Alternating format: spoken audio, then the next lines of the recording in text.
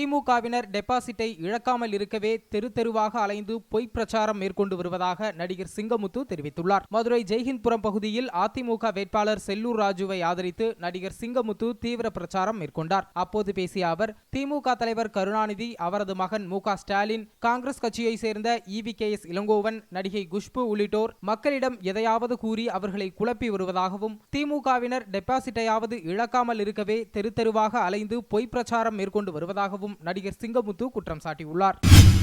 வேறில்லாத மரங்கள் அசைந்தாட முடியுமா? சாரில்லாத பழங்கள் அருந்த சுவைக்குமா? போரில்லாத மண்ணில் வீரம் பிறக்குமா?